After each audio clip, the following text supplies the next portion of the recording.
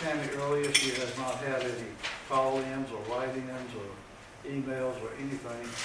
So at this time, I'll welcome Ellis Hankins, who is our person that we've hired for the town manager search. So Ellis, we'll turn it over to you. Thank you very much. Mr. Mayor and council members and anyone who might be listening, thank you. I am happy to be back in Edenton. Hadn't been here for a while until today, but it's always a pleasure.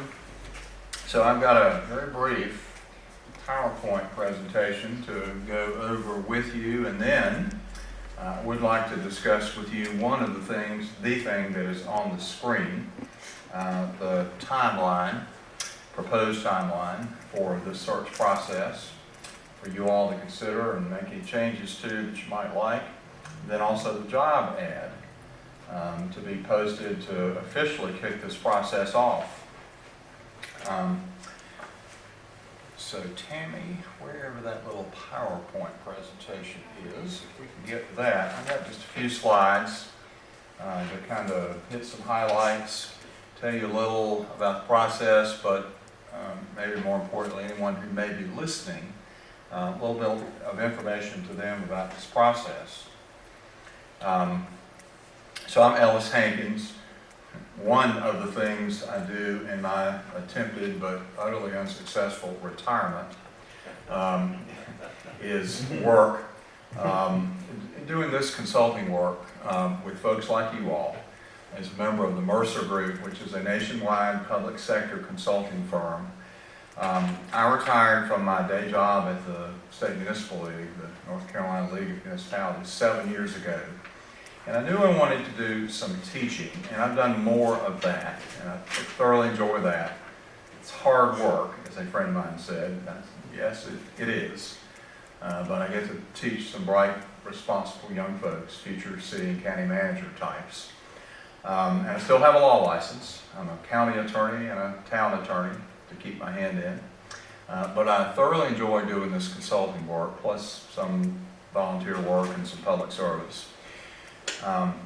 Born and raised in North Carolina, wouldn't go anywhere else.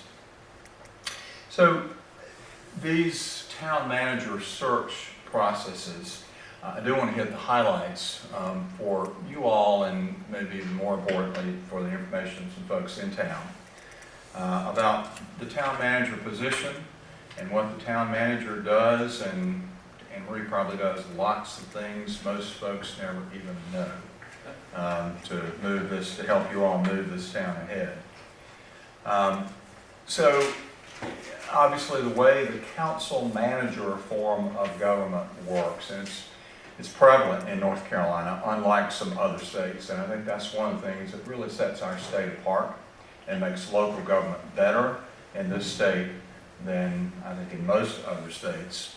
But the way this system works, obviously the citizens elect the mayor and town council, you all, to make the policy decisions, the budget and all of that, and appoint the town manager, oversee his, her work, make sure that the staff is focused on your priorities in accordance with your policies. But it's the job of the town manager on a day-to-day basis to operate the town government, to develop and recommend to you all, and then administer the budget once you approve it, to appoint the department directors, supervise them, help them understand your policies and your priorities, and to make sure the town government operates in a cost-efficient way every single day and do the things that need to be done. So, several comments about this town manager search. Now that after all these years, your town manager is retiring at an unbelievably young age. This is your search. The folks elected you, among a bunch of other things, to make this decision.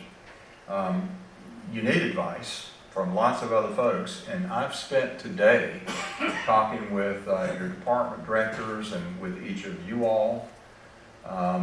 And I want to reach out and talk to some other folks, interested citizens in the community. I'm going to do that. But at the end of this process, it is your decision. I certainly can talk with you all about all kinds of potential options, but in general, North Carolina law allows this process, and to some extent requires this process to be confidential in terms of the personnel information all the way to the end of the process. And then it's your decision. Our job is to work for you, with you, and do what it says there, to assist you all in recruiting a sizable group of well-qualified candidates and provide sound professional advice and assistance to you all. I'm going to spend a lot of time on the phone through this process, talking with potential candidates, encouraging folks who might be a good fit under the criteria that you establish to consider applying for the position. I'm going to talk to a lot of folks who might know folks potentially who are good candidates for this position, and that's a part of the process I like the most. But the first step is to do what I started doing with you all today. Have a focused discussion about what you're looking for, what background, qualifications, experience, and personal characteristics you want and need in the next manager so that she or he can be successful. And so after you all approve the draft job ad I've sent you with whatever changes you might want to make, I'm going to place that job ad in some productive things very soon, which will officially begin this process in a public way. I will post it in the obvious places, the League of Municipalities, Association of County Commissioners websites in this state. I think there's some other more creative places in North Carolina to place it. Think about posting it on the ICMA, the International City and County Management Association website. But when you do that, you start to get applications from all over the country from some folks who have no idea where Edenton is or what it is. So let me think about that some more. But apart from the usual places, I like to place these ads with the placement offices of some of the MPA programs, the Master of Public Administration programs. We've got about 8 of those in North Carolina, and there's several in Virginia. And I know a lot of folks in this area look toward Virginia. That's a pretty good potential source, I think, of candidates who might be able to do this job well. When I send those ads to one of the MPA programs and ask them to post it on their listserv, to send it in their listserv or post it on their website, we're not looking for their recent graduates. We're looking for their alumni who've been out 5, 6, 7, 8 years. And who may be ready for the next job in a community like this.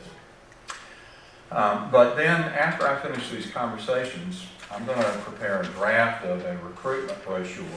This is the one I did for Southern Shores about 1.5 years ago. Nice photographs and a lot of information about the community and about the position, and then a bunch of bullet points. I talked with you all today about some of these, about those things I said, the characteristics, qualifications that you're looking for in your next manager. And that recruitment brochure becomes one of the recruitment tools that I send everybody I can think of, as I said. But then it also ends up being your roadmap to look back and remember what you said you were looking for at the beginning of the process. And I use it in all these phone calls that I make to kind of remind myself what we're looking for, to go turn over every rock looking for folks who may be well qualified and a good fit in this community. I think the things through this process, in my experience, that are most important is who, first of all, is qualified in terms of the basic requirements who can do this job, but who has the personal characteristics you're looking for, and has the personal and professional maturity that is essential.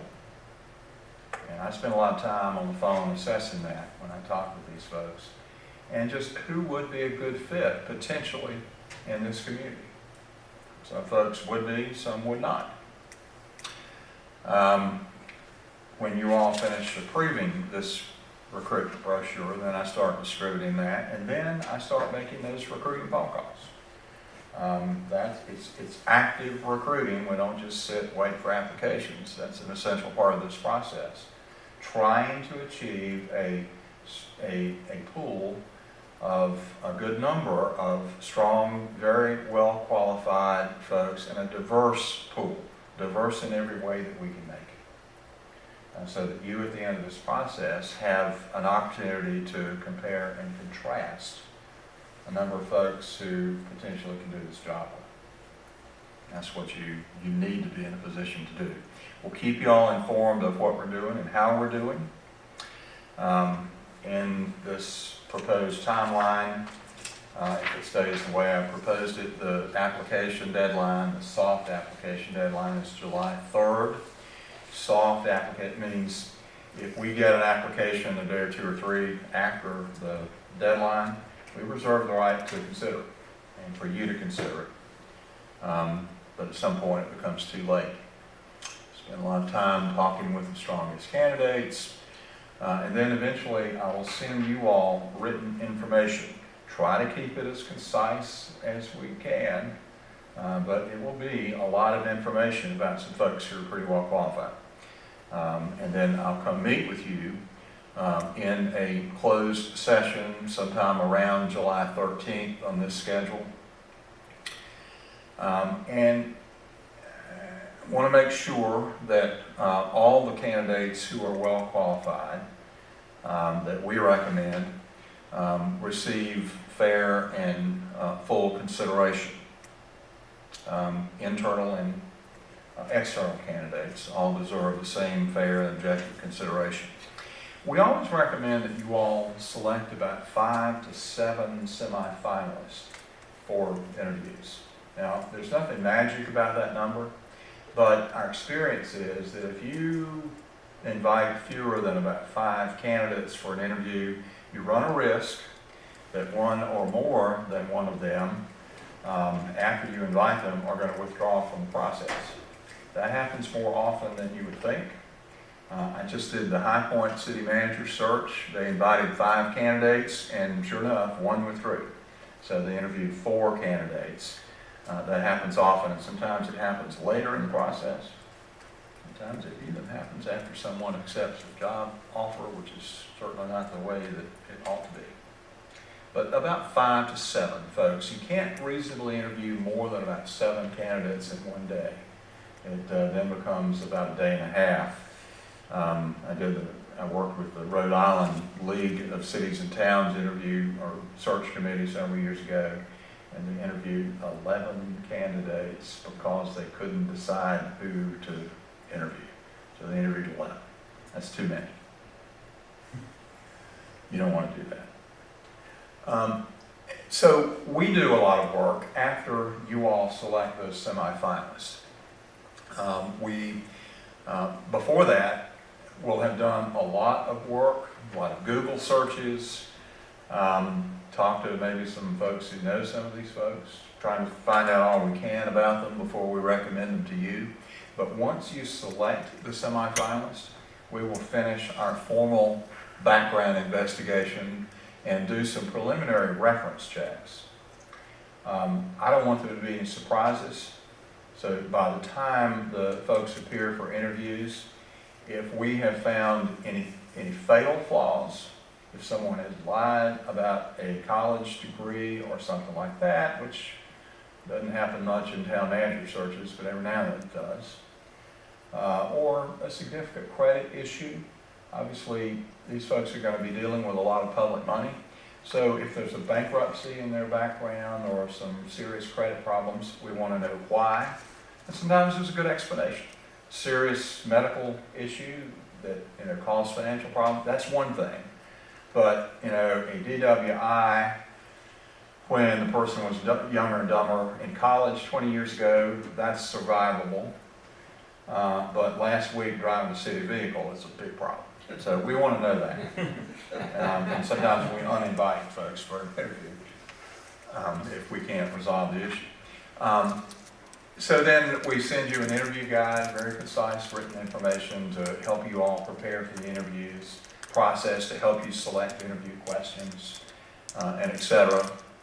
And then evaluate the candidates, help the mayor afterwards.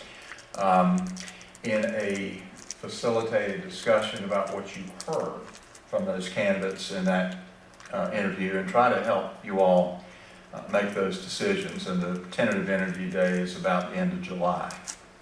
We're obviously working toward the date of retirement of your town manager.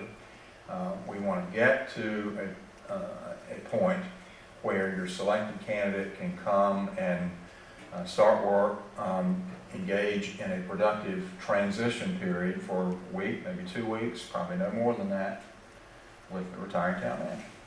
But any longer than that kind of becomes awkward. After the initial interviews about the end of July, you may decide exactly who you want. You may be ready. Or you may get it down to 1 or 2. You might want to invite 1 or 2 candidates back for a second interview, just to make sure. Spend more time with them. But then eventually when you make your decision and you give some instructions to me, and I'll give you some advice about a fair, reasonable, maybe acceptable offer of employment. But whatever instructions you give me, part of our deal is to go negotiate the terms of employment with your preferred candidate. And usually that works out. Every now and then it doesn't. And then I come back to you to have a conversation about maybe the next preferred candidate, but usually we're able to reach agreement on terms of employment. And then the North Carolina open meeting law requires that you all then vote in an open session to appoint the town manager, probably sometime in the middle of August. And then the manager starts that transition period. If you hire someone, select someone who is employed somewhere else, then obviously that person needs to provide a reasonable notice, 30, maybe even 60 days under an employment agreement. So it might take a while for that person to get disengaged and get here and start work. And obviously you want the person to do what he or she needs to do in departing their current employment, as you would expect. But you certainly ought to have, since Marie has given you plenty of advance warning notice, you have plenty of time for an orderly process and finish it by the date of her retirement. So I've said this to some of you today, let me say it again publicly now. I strongly recommend, because this is important, that you go into this process with no preconceived notions, open mind, no presumptive finalist. You may know somebody out there that you think would be perfect, but you're going to get the opportunity to consider a good number of folks who are probably well qualified, might be a good fit. So keep an open mind until after the interviews. I hope you're going to have the opportunity to consider folks at different stages of their career. Fairly young managers like yours was when she first started this job long ago. Folks in the middle of their career, and some folks, more veteran managers, more toward the end of their career, who might be looking for one more great job in a community where he or she wants to live with the family, who might turn out to be a good fit. Might be someone from another state who's never worked in North Carolina. Remember where your manager came from long ago. So no preconceived notions, open mind. This is a confidential process, as I mentioned. In fairness to candidates, most of those folks probably are employed somewhere else. So you have a duty to each other and to those candidates, and it's required by state law to keep that information confidential and to protect the integrity of the process. And as I said, this is your decision. Your citizens elected you all to make this decision. Happy to provide meaningful opportunities at the beginning of this process for interested citizens to help you all refine what it is that you ultimately decide you're looking for in a person to serve as your next manager. So that's all that I have to say. I am happy to answer questions And then, Mr. Mayor, I do want to talk with you all about the job ad and the proposed timeline. I have a question. Sir? On the form today that we read over, when I went home, I read it. It has on here concerning the candidate, willingness to make a long-term commitment to service in Clayton, with certificate to the character and history of the community as it continues to grow. I don't understand that. Well, what I gave you all as a discussion piece for today is an excerpt, that list of bullet points from the recruitment brochure that I did several months ago for the town of Clayton. One of the issues that comes up and that bullet point addresses is what commitment is a candidate willing to make to you all in terms of tenure. I doubt you're going to have another 33-year management. Probably not going to happen, and you don't need that necessarily. But folks who you all talk with about this job need to make a reasonable commitment to you all about how long he or she is willing to serve in the position. They don't need to enter into this lightly. The ICMA, the International City County Management Association Code of Ethics, says that the absolute minimum is a 2-year commitment. And they regard a manager who starts a job and then leaves after a year as an ethical violation. So it's reasonable to ask candidates, and there's some unlawful questions, like you can't ask a 55-year-old person, you're getting up in years, how long are you going to work? That's an unlawful question. But you can ask, we have a history of stability in this town, of service among the elected officials and a stable management history. So if selected, how long in terms of years, how much of a commitment are you able to make? And if someone says 5 to 7 years, that's certainly reasonable.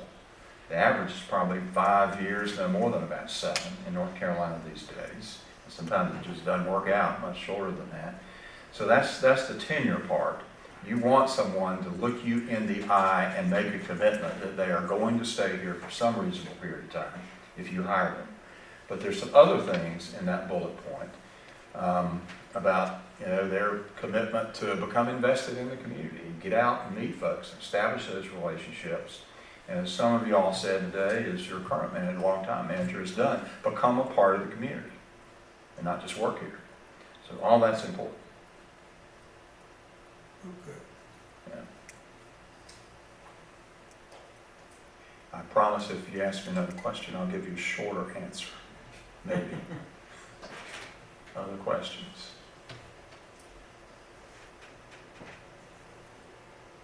Anybody else have any questions of Ellis?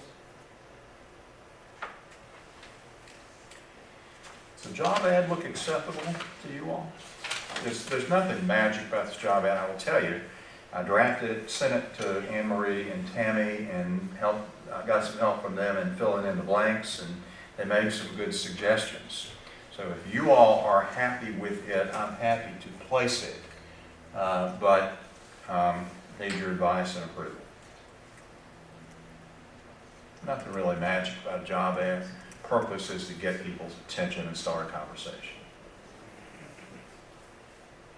Did want to recommend again that we put a statement in there saying that this is to fill a vacancy based on retirement of a town manager who served 33 years.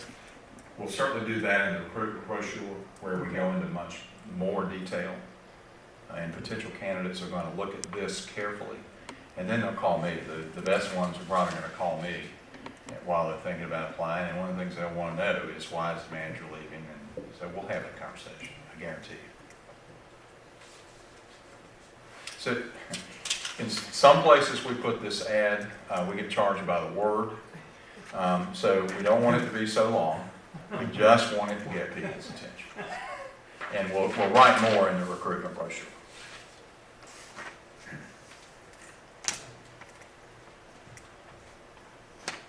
I guess at this time, the first thing we need to do is approve the timeline of these.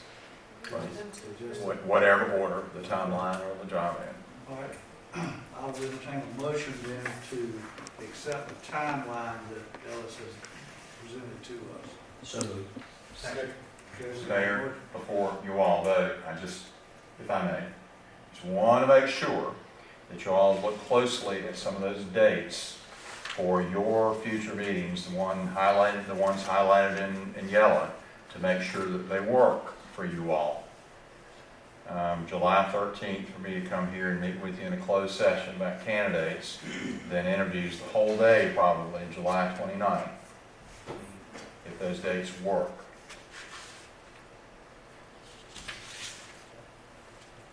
What day of the week is July July 13th 13th? was on Tuesday. That's your regular meeting That's our in regular July, July July 13th. 13th. It's gonna be really hard for me to take the whole day, and just, I'll try, but I'm poor. Hack probably has the same problem too. I mean, we don't really have that, we don't really control that schedule. Yeah, there's nothing, and that's why I want to draw your attention to those dates. Nothing magic necessarily about those dates, but sometime in that general time period. And that July 13th date, for just so you know, closed session with you all, that tends to take no more than 2 hours. And that's at our regular council meeting time, right? Yes. I'm fine with that. Okay. So July 29, it's hard to move it up any earlier, but it certainly can be a few days later. There's just some work we need to do in those background investigations that I mentioned, and to help get you all ready for the July interviews. 29th is for That's a what? Thursday for the interviews. It could be that Friday the 30th, it could be first week of August. Ellis, I'm looking at the second and third entry there, July 13th council meeting to consider recommended candidates. And Emery, you said that's our regularly scheduled council meeting. Is that a day that you're gonna need us all day long? No, that's 2 hours or less Okay. from me, and then you have to go to business. And July 13th through the 14th, that's you and, That's the only dates that involve the council, are the ones highlighted in yellow. okay. And so the next one is your interview day, whatever day you pick. Heck, I'm proud of you that you can read that, because I can't. If it were right here, I wouldn't be able to read it, but since it's there, I can. And if we started playing around with that July 13th date any at all, I know I'm gonna be out of state July 14th through around about the 17th or 18th. And August 9th is a council meeting date too, Anne Marie. No, it is not. August 9th is a Monday? It's a Monday. August the so it's a 9th, Monday. is it? The 10th is That August 9 date is a potential date for a second interview, if you decide you want to have one, with one or two candidates. That's a council date as well, Okay. August the 9th. not the It's 9th, the the 10th. 10th. Oh, the 10th, okay. I can't see that, so So what I hear you all say, I think, is that maybe that July 13th date meets, it's a regular, and that it works, it's a regular meeting day. You can add 2 hours with me, happy to even do that at night if you want to recess a meeting or something. So July 13th, but it sounds like you might want to and need to move the interview day, July 29. I mean, I just think we need to, I think I can make that day, but I just don't, the 29th looks better than most of the days around it right now, but sometimes it's hard for, July 29th is a Thursday. That's a Thursday, you know. yeah. Are you good on that? I think I'm good on that day, yeah. Better for lawyers than a Monday. Yeah, Mondays are terrible for us. Mondays and Tuesdays are bad. Yeah, and Wednesdays are bad for me. Thursdays and Fridays are usually better. And then Ellis, time zone. looking at that mid-August council votes to appoint town manager, I've gotten my months mixed up. I'm gonna be out of state August 11th through the 15th. So as long as mid-August is not 11th through the 15th, I'll be fine. That's gonna turn out to be entirely up to you all. Okay. Whenever we have finished negotiating terms of employment, and whenever, if you wanna do it on a regular meeting date, then that'll work, or whatever date you wanna pick for a special meeting. So, So we're kind of good generally? Yeah. Sounds like- That looks good. Yeah. it is always amazing when the dates actually work.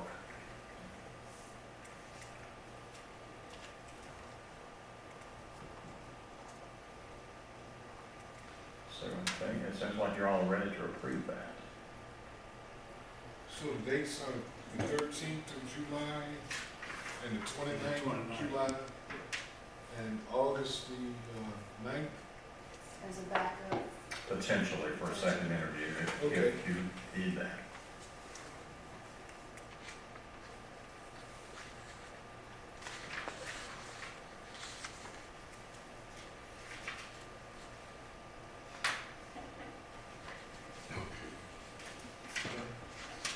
Everybody good with that?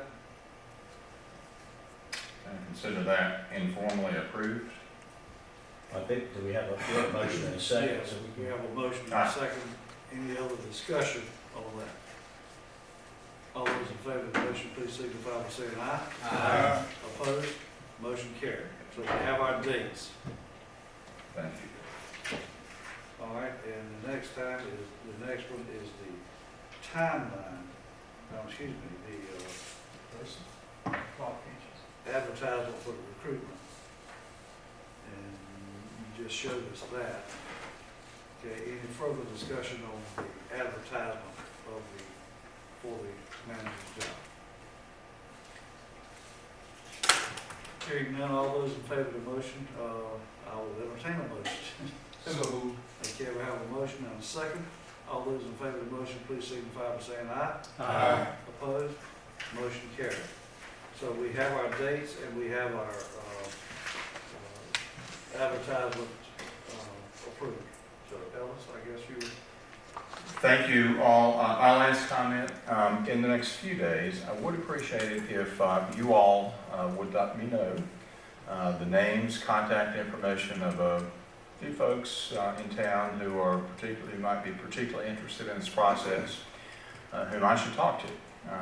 And just talk to them some about what they think you ought to be looking for while I'm working on this recruitment brochure. And I will look forward to talking with those folks. Thank you again. thank you, Ellis. We really appreciate what you've done and looking forward to what you're gonna do for us. Alice, will we just text you if we know of somebody? I gave most of you my contact information. Tammy and Anne Marie have it, so feel free, and I will look forward to talking some more. Okay, moving on, we have our NC DOT utility relocation agreement, and I'll call on Anne Marie for that, please. Yes, sir. The utilities director, Mike Nichols, has asked that the council approve this agreement, and in the agenda review memo, we explained that DOT is getting ready to replace the bridge over Pembroke Creek at, I guess we call it Bolton's Bridge. Do you know why? I meant to try to research why it's called Bolton's I Bridge. don't know that. Okay.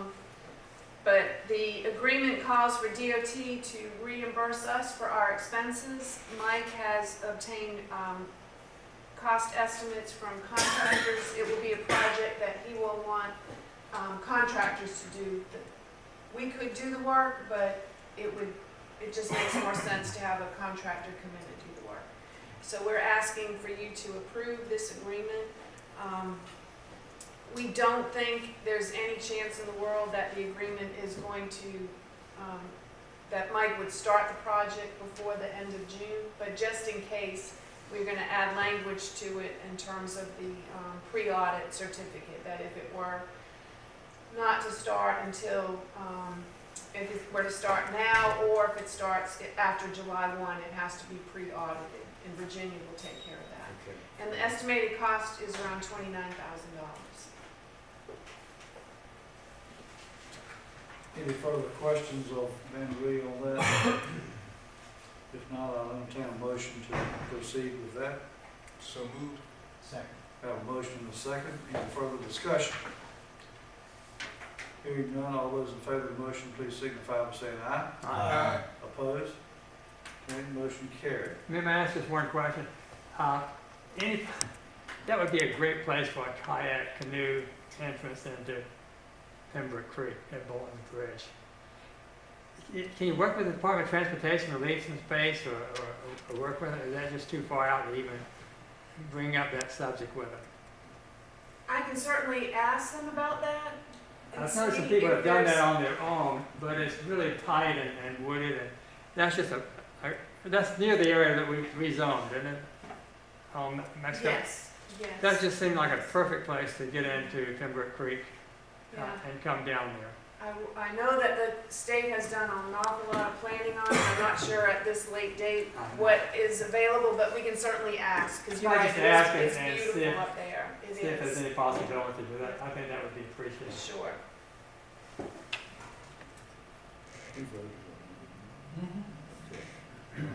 All right, the next item E is resolution accepting amended loan offer from the NC Division of Water Infrastructure for rehabilitation and wells and construction of water ground storage tank. And again, I'll call on Anne Marie. Sure. Well, I know Corey's super excited about this project, and he's talked to you in the past about this project. This is phase 2 of our upgrades to our water supply system. And we had open bids, and the bids came in higher than what was approved and estimated for our loan. So we had to go back to the state to get additional funding, which the DEQ approved, but then we had to go back to the local government commission to amend our loan, and that was approved. So now we're at the point where we're asking the council to adopt the resolution that was in the packet, accepting the amended loan offer. And this amendment adds $518,000 to our original loan. And the state requires you to adopt that resolution, and that is giving all of the assurances that you're gonna build the project as designed and planned, and then that you'll agree to pay the loan back. I think that's a lot of money. I'm not sure. Okay, any further questions of Anne Marie on this project? If not, I'll entertain a motion to approve. So moved. Second. We have a motion and a second. Any further discussion? If not, all those in favor of the motion, please signify by saying aye. Aye. Opposed? Motion carried. And then the next one is the amendment to capital project budget ordinance, water supply wells, rehabilitation of water ground storage tank project. And again, I'll call on Ms. Knight. Thank you, Mayor. And of course, now that the amount of the loan has changed, we need for you to amend the budget, the capital project ordinance. And so the amendment is prepared, and it adds that $518,000 to the previous loan, which was $1.3 million. And then we increased on the expense side the construction costs. So we recommend approval of this project ordinance. Any further questions of Anne Marie on this? All right, hearing none, all those in favor of the motion, please signify by saying aye. Mayor, Aye. I make a motion to approve. Okay, We- Second. we got a motion and a second. All those in favor of the motion, please signify by saying aye. Aye. Opposed? Motion carried. All right, we got one more, and that's confirmation of award of bid, water supply wells, rehabilitation, and water ground storage tank project, AC Schultes of Carolina Incorporated, contingent on NCDWI approval. Again, I'll call on Ms. Knight. Yes, Mayor. we recommend that you confirm the award of the bid as presented, and with the language that your award is contingent upon the state approving the plans and specs. The state wants to make sure that we send all the grant assurances, execute the loan agreements, and then they'll approve the award, and then you'll be able to execute the contract. Any further questions of Anne Marie on this? If not, I will entertain a motion to approve this. So moved. We have a motion, do we have a second? We have a motion and a second. All those in favor of the motion, please signify by saying aye. Uh, Opposed? Motion carried. And that completes all the detail work there. Now we go to our committee meetings, and the first one is Administrative Committee, and that's chaired by Councilman Hyde. Thank you, Mayor Stallings. The first item we need to discuss tonight, we have received a request from the owners of the Conger building to change a covenant that is attached to that property. You may recall that one of the covenants that we placed on that was that the building would have to be used for a craft beer brewery with a restaurant only, and that was the only use that was authorized. One of the owners, Joe Block, is here with us, and he may be able to give us some insight on the need for this. The town code does allow for us to reserve amend covenants that we have, and so we would need to decide if practically is this something that we want to do, and then also we do have some advice from our town attorney as to how we could do that legally. One of the things that I understand has prompted this request for the changes, some of the changes in the craft brewery industry. And Joe, I don't know if you're prepared to talk about some of those changes and how they necessitated the need to change the covenant, but that would be helpful for us to receive that information. Would you like me to do that now? Yes, please. Okay. Excellent. Thank you, Chairman. Thank you, committee members, for the opportunity to speak with you. My partners and I are very excited about this project. We've jumped in. I hope you've seen some of the stuff going on down there. They're doing some demo work, and we really want to get this moving and going forward. We are at the point where we've engaged with an architecture firm, Clearscapes. I think you're probably familiar with them, the work they've done at the cotton mill. These are outstanding architects, and they're experts in the restaurant and brewery space. As we've engaged with them and looked at the footprint and the envelope with which we have to work to provide the said craft beer brewery with a restaurant, we are looking at an envelope of about 4,500 usable square feet with which to meet this requirement. When we start by looking at the drawings of the brewery that we received from Mr. Glover that provided them to us, I don't know if some of you have seen those, a brewery would take the entire space. Those drawings, there really is not a restaurant aspect to those drawings as initially laid out. There's not any allocation of space for a kitchen or any type of storage, prep areas, cleaning areas, and that sort of thing. In engaging with Clearscapes, we've established a target space of about 1,500 square feet or so for a kitchen. This puts at odds trying to meet both parts of this requirement of a brewery and a restaurant. In the brewing industry, this has become a very popular thing to have this concept of an eating space, typically in a very nice location where one can partake of a meal and have access to wonderful craft beers. The direction this is going is that rather than trying to squeeze in this space for the brewing process, that the brewing process itself can be moved outside of the walls of the envelope of the space and brewed off-site, and then that product delivered in the space, in the restaurant space. And so that would be our proposal to move forward in working with Clearscapes to design a space that was a wonderful restaurant space, and a wonderful bar area, but we would not do the brewing on site per se. It would be done off site and we would bring the product on. Our feeling is that to the spirit of what this was intended for the people who would be the patrons of this space, their experience would really be unchanged, as they probably would not be back in the workings of the beer factory itself, but they would be consuming the end product.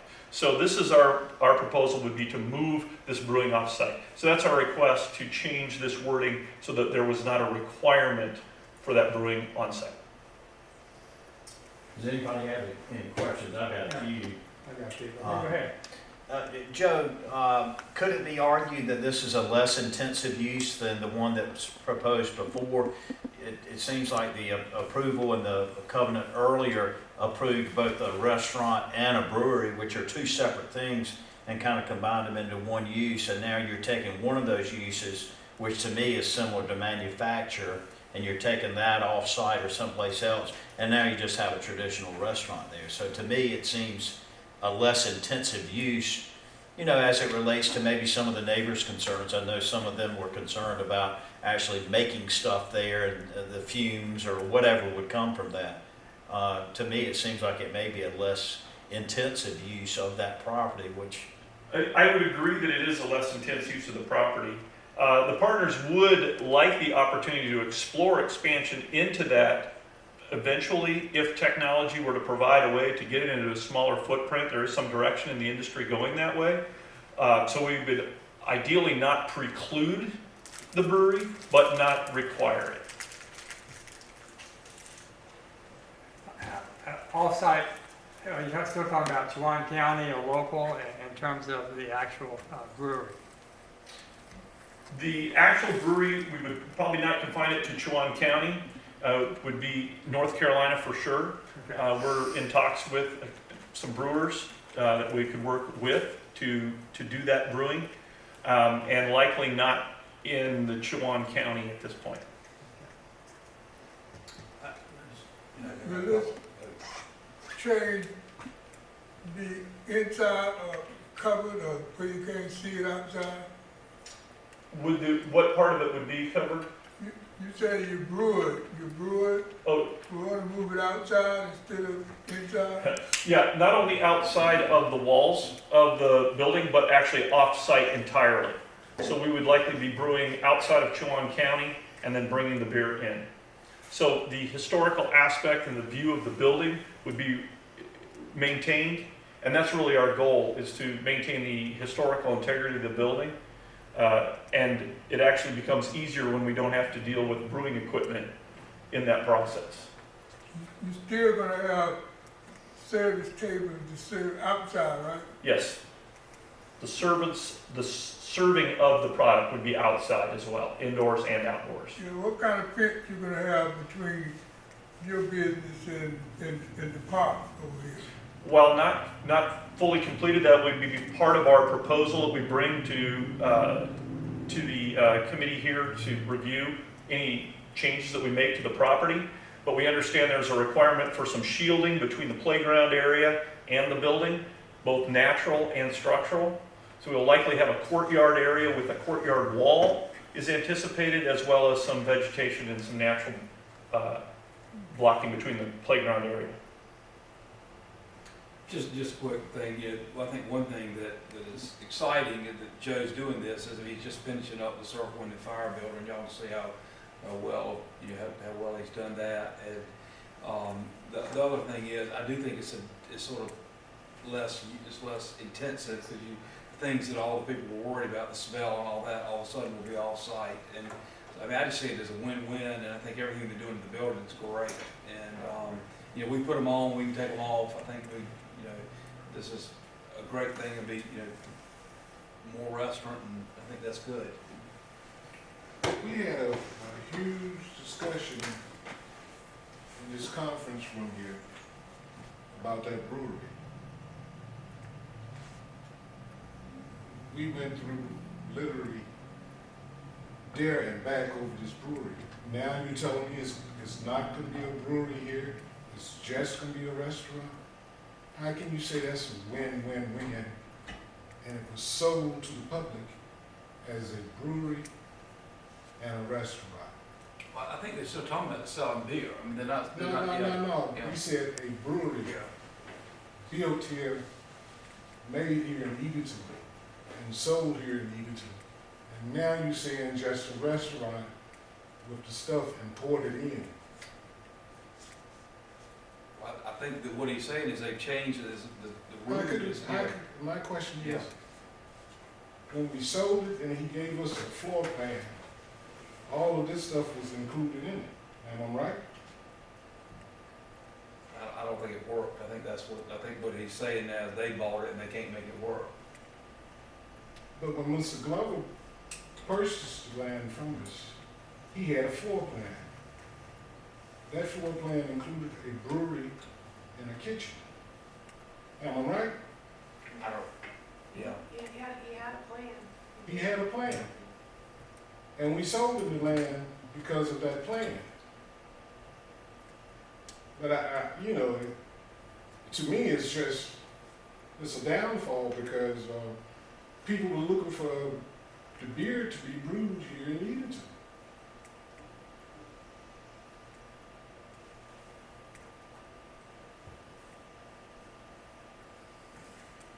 Okay, well, as I say, I see two primary things. One would be practically, is it something that should be done or something we should be done? And you certainly have given us a different viewpoint on that. And then legally, can it be done if we even decided that it could? So if I could, let me speak to that just briefly.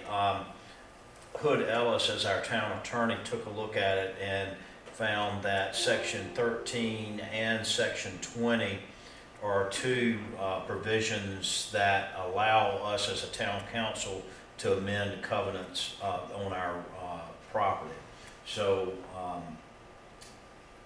we would have to take a formal vote at our next regularly scheduled full meeting. And I guess at this point in time, there may be some difference in opinion. A lot of times when we send something forward to council, full council, it's usually things where we have pretty much consensus and agreement on it before we do that. How do we handle that? Do I just ask for a recommendation that it move forward to a vote, and at that point in time, Mr. Bond and anybody with any viewpoints at all could discuss that once we have a motion and a second at the full meeting? Do you see what I'm saying? Normally, we've got just a general consensus. You know, everybody says, yeah, let's move forward with that. We're not going to be able to take any action tonight. We like to discuss things so we kind of know where they're headed at the full meeting, at these committee meetings. And I think Mr. Bond has stated some of the reservations that he has. So what do we do here? And my question is probably born out of inexperience more than anything. No, that's fine. And the administrative committee is made up of yourself as the chair, Councilman Bond, and Councilman Miller. And so the committee is discussing, and you always welcome input from the entire council. Mm-hmm. So I think, if you and Craig, Councilman Miller, feel comfortable, obviously, Mayor Pro Tem does not, but No. you could move it forward. Mm-hmm. It's not that I'm like that, but a lot of people were looking forward to it. I wasn't one of them, and y'all were very well know that. Was looking forward to a brewery here. And I just think they need some answers to the questions, because it was sold to Mr. Glover and the pretense that he had enough space to do a brewery and a restaurant with an outside spot. I like your idea the best because there's no brewery, Yeah, and I think some of the neighbors would probably Yeah, stuff. But I think some of the folks that And it's my understanding you're gonna still have beer with like Edenton brands and all that. I mean, it's just not gonna be brewed in It that just won't be building. brewed there, yeah. So our goal would be to have our exclusive product only available here branded as, Penelope Pilsner, Iredale IPA, whatever, things that would reflect the history of Edenton. Mayor, And I can only speak for myself. So when I'm stating this, I'm stating my personal feeling, but I think it would summarize the feeling of a lot of residents that we would be disappointed that there's not going to be a brewery there. But at the same time, I think you used a word earlier that I agree with, and that's the spirit. I think a lot of our young people wanted another option of something to do. I know a lot of our residents and visitors have always asked, do we have a place where we can go that's on the water, and those types of things. So I think it's in keeping with the spirit, although I'm disappointed in a lot of those people that went to bat for this thing a couple years ago that predated my time and Roger's time. They're going to be disappointed also. I think, again, not speaking for other people, I think that they would say they were disappointed, but they would rather have something like you have proposed than nothing at all. So I get what Mr. Bond is saying, certainly, and I think a lot of people would agree with him. just had a question. You mentioned shielding before, you mentioned shielding from the playground. What about shielding from the resident next door? Have you talked with them? We have spoke with Mr. Leary next door. He's expressed a concern about outside dining on that side of the building. We're gonna have to work out some kind of compromise, which is very much like patrons to be able to sit outside and enjoy the sunset while they enjoy their meal on that side. Likely our plans would have the dining only on that side and have any bar related or pure bar kind of seating over on the other side away from the Leary's. What about trash disposal? Would that be a way? Again, we're still trying to get the layout of the building based on this topic that we are discussing today, but our best guess at this time, working with Clearscapes, would be garbage would be on the east side of the building where the parking lot is, and the kitchen would likely be on that side as well. Okay. I think the original plan really downplayed food, and I thought that was a weakness of the initial presentation. How much seating, what is your capacity, do you think, for the restaurant aspect of the building? You figured that out? Well, again, that's the part of the process we're working with Clearscapes is the layout of the building, but the use of the building really will direct us in that way. If we get pushed into a corner with having to put brewing equipment in there, there will be very little seating, very limited seating, because we will use up all the space for brewing equipment. If we go down the direction that we're proposing, we're probably going to have seating for probably 60 people in a low density, and up to maybe we can push that depending on how much space we use in the bar versus the dining area. But inside, we'll have probably seating for 60 to 80 people. Are you familiar in the town of Duck? There's a pub called the North Carolina Coast Bar and Grill,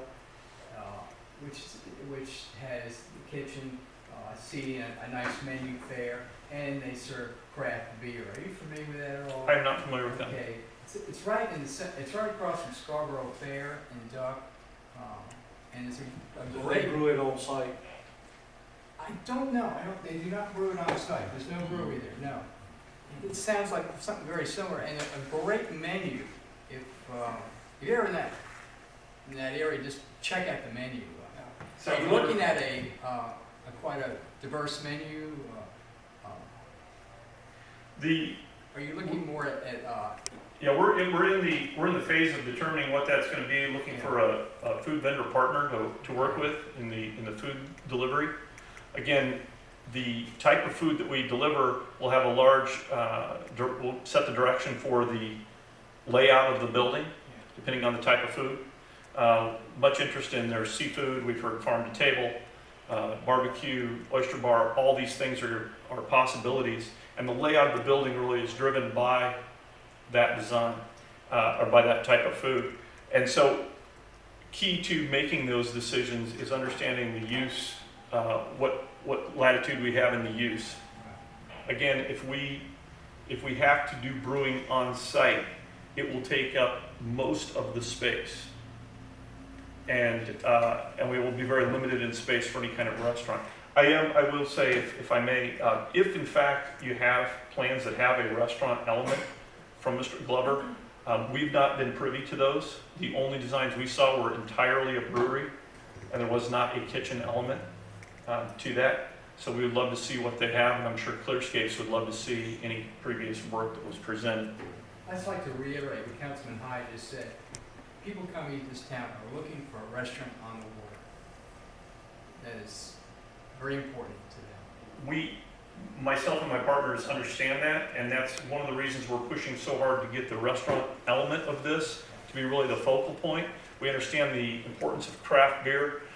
We would like to, in addition to providing our craft beer that's brewed off-site, but also a large selection of North Carolina craft beers. One of the impressive pieces of our bar design would be a large selection, mini draft handles that would impress when people came in and saw the large selection. Again, if we're gonna have that many handles, we need a lot of space. And now we're back into the space and where we're spending our space and cutting into perhaps either the seating for the restaurant or brewing if necessary. I got a question. But all of the restaurants, either in and around 50-mile radius of Edenton, that you're gonna have a restaurant that you wanna make money. Now, it's gonna take, you're gonna have to have a menu that's gonna draw people away from the places that they go. Right? Would we be drawing people from the existing restaurants? Is that your question? No, I'm not, I'm speaking about the food you're gonna serve. Uh-huh.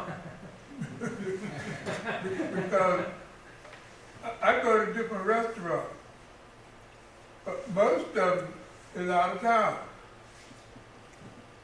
Because I learned quite a few years ago from my wife that where there's a lot of cars, that's good food. And we found out they have a good menu. And I've seen businesses go out of businesses because they didn't have a good menu. Understand. I think if you're gonna have a restaurant, you gotta have a good menu. And you gotta have something different than everybody else got. That's my thinking. I think that's good thinking. And I think we would agree. And one of the keys to providing a good menu is to have a right-sized kitchen to deliver that menu. And so many of our restaurants I know in town struggle with their constrained kitchen space. I think that's true for almost all of the restaurants in town. Working with Clearscapes as restaurant experts, they have stressed the need. If you're going to have a restaurant that is going to pull people from counties around, it needs to be special, and to deliver that, you need to have a right-sized world-class kitchen. That's why the kitchen design, the aim is to be no less than 1,500 square feet of kitchen space. That's including coolers, storage, prep areas, cleaning, and cooking. But taking our direction from the restaurant experts of Clearscapes, that's our direction. But that's what drives us to this discussion we're having today, because once we put that in place, we now have trouble fitting the brewing process in there. Can we get a commitment to You're this? very successful with your restaurant. I look forward to eating a lot of good meals there, okay? Hi. Hi. Let's send it to council, man. I say, could we be open All on right, Sunday? I think we've had an appropriate amount and a discussion and a lively discussion, and my good friend, Mr. Bond has suggested that we move it forward to council, so As chair, I would recommend that we move it forward to council at our next regularly scheduled meeting. And I appreciate the input from everyone. Thank you, Thank you. Mr. Watt, appreciate it very much. The next matter that comes before us through our committee is North Carolina Senate Bill 722. We're all aware that the U.S. Census was just taken, and as a result of that census, Edenton is one of 41 towns or cities in North Carolina that is subject to redistricting after the release of the census data. The Census Bureau has been victim of COVID, just like the rest of us, and as I understand it from Ms. Knighton, they have been delayed in gathering and distributing their data, and that may cause us to have some time frame problems in looking at any redistricting we must do because of those census numbers. And what we're up against is a fall of 2021 election where our redistricting process would not be complete.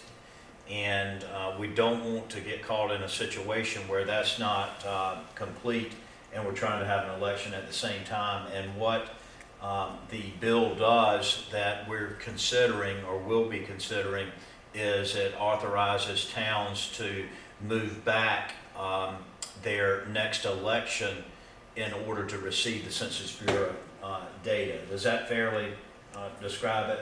Did great. Marie? What we would be potentially discussing at our next regularly scheduled meeting would be whether or not we're in favor of passing that resolution. And my thought is I want to make sure that any election is done lawfully and legally and certainly along the districts as they should be according to this new census data. And do we leave open the possibility of having our normally scheduled, regularly scheduled election if everything does fall in place? So I don't think that you'll have to make a decision on at the next regular meeting. Okay. I did just get some late news this afternoon that it is expected that the House and Senate will approve this legislation and that the governor will sign it. And then that gives the council the option of choosing to delay. And if for some reason there were, if the census data kind of dropped on our lap in July, or I have a concern about that. I know that's probably not going to happen, but the filing period is in July. And so there's a chance that once we get the data, if somebody has already filed and we're supposed to redistrict and not take into consideration,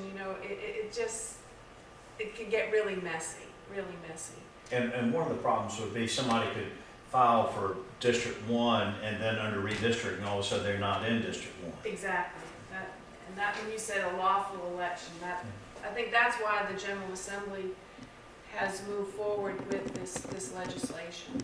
So at this point, it's expected the legislation will move quickly, and then I think in June and maybe early July, you can make a thoughtful decision as to whether or not you think the council needs to delay the election. And the delay would be until the way the bill is written now, it would be, the municipal elections would be held when the primaries are held for the state and federal elections, which right now, I believe are scheduled for May. So about a 6-7 About a month, 6 or 7 month delay. 6-7 month delay. Just a question. Okay, if it is, let's say the delay does happen, will the filing period still remain July 23rd through August 13th? Would that change also? Well, it would have to change because again, you might be, you might be saying you're gonna run in a district that's no longer gonna be after, so it would have to change. So right now, this item is not an action item, it's more an informational item just to kind of give us a forecast of what we might be dealing with? Yes. Is that correct? Yes. Okay. Yeah, but, things could change rapidly. If something were to happen and legislation were approved and you had to take some action, we would let you know. So right now, we just think, we still thinking the filing period is still July 23rd And through if, August 13th? Right now, it is subject to change in a very Subject to change. rapidly moving environment. yes. Hey, Maria, if someone was elected say we changed it to next May and someone was elected, would they serve like a 3.5-year term instead of a 4-year I think term? that's the way the legislation is Okay. written, that it would go back to, it wouldn't extend their term. The newly elected people would not have an extended term. Those that are serving now, whose term is due to expire, and That would be. that they would extend. Mhm. Yeah, your seat would roll over until that Yes. new date. And I will say that I believe it was in 2000 that this happened and municipal elections were delayed. So it's not unprecedented, this has happened before. Well, I'm getting ready to say that I hope that the town is not in a position when you get a new town manager, that one of the first things he's gonna find out is that, request a tax hike, incorporate more, expanding the size of this town. And I hope not. I hope that won't be the case. That's something we can ask them in the interviews. That's something we can ask them in the interviews. We'll keep a close eye on it. How soon will you raise taxes? But if there's no other comment from my fellow councilmen as it relates to NC Senate Bill 722, we'll just take that as an informational and educational item at this time. And with that, Mayor, that concludes our business of the administrative committee. Thank you, To sir. see what happens. Yeah, it's a wait and see type of deal, yeah. Our next committee is the Finance Committee, and that's chaired by Councilman Dixon. We've gone from the interesting to the mundane. So we have three things on. First is a budget amendment that is, the fire department roof and equipment was damaged to the tune of $13,102 during the hailstorm. And that is a budget amendment, and anybody else got anything that's interesting about that, want to talk? Otherwise, we'll send that on to council, to full council. The second is the damage to vehicles that were assigned to the electric fund was $8,789.61. And Anne Marie is going to verify with Mike Nichols whether they were, do you have anything else to add to that, Anne Marie? No, I think all that's ready to go. Virginia has been working with our insurance. Okay. And then the final thing is Virginia has prepared a policy for our review about electric funds transfer, and we're going to vote on that, and we'll vote on that at the next meeting, and it will formally establish the process that we've been following anyway. And these electronic funds transfers are very serious because you can, with all the fraud that's going on, I think it's a great idea when we put it down in writing. So send that on to full council. Anything you want to add to that, Anne Marie? No, just pleased with the policy that Virginia has developed, and it's what we've been practicing, but to have it in writing is, like you said, smart. Okay, So it ends the Finance Committee. Thank you, sir. All right, and our next and final is Public Works Committee, and that's chaired by Councilman Miller. Mayor, we have two items, but number two, phase one automatic water meter reading program has been deferred, so we're just going to stick with one item of business tonight, and that's the maintenance of the cemeteries. Mayor, as you know, last year the Council approved a contractual arrangement with Jimmy Jack's Lawn Care Company to provide ground maintenance work in both the Beaver Hill and the Vine Oak Cemetery for a 1-year period of time. Bid proposals for the upcoming fiscal year to provide ground maintenance services at both cemeteries have been received, and Jimmy Jack's Lawn Care Company submitted the lowest bid.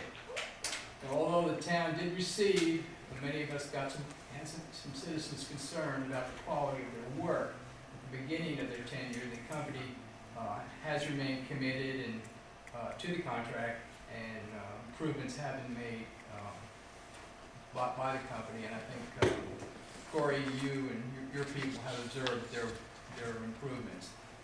So, last year, when we went through this process, the items that we as a town and we as a contract manager, and from a department standpoint, the items that we had discussed where there were concerns from family members, from council members, and from any type of management, whether that be landscaping supervisor or our cemetery groundskeeper. All that information, all those items were also drafted into this contract to specifically target items that we all learned from this past year that needed to be addressed, needed to be included. That is something that could be grounds for revoking this type of contract. So that information was shared with all the contractors that came in for the bids for the on-site review. We had those bids up until April 15th was the cutoff for all those bids. What you see before you was the 6 that we received. And refresh my memory, so 1-year contract? 1 year. Yes. Still going 1 year. Yep, and we are now finally in line to align the contract language to match with the fiscal year language. So there was a 2-month verbal commitment on the town's behalf to get us through to the June 30th cutoff and start the new binding language for July 1. So we did do that to get us to that point, but that is now drafted in the new contract. Corey, do they spray for those red ends? There are dry pellets that those guys put out for the fire ants. Yeah, fire ants. And that was one of the things that we really had to discuss with all the bidders this year is that there will be certain type of herbicides as well as pesticides that is approved that we would have used to help control and maintain any nuisance or pest. Okay. So we have discussed that with all the bidders. Because whatever I've been putting out there ain't killing them. Well, we got something that we can recommend that will work. Okay.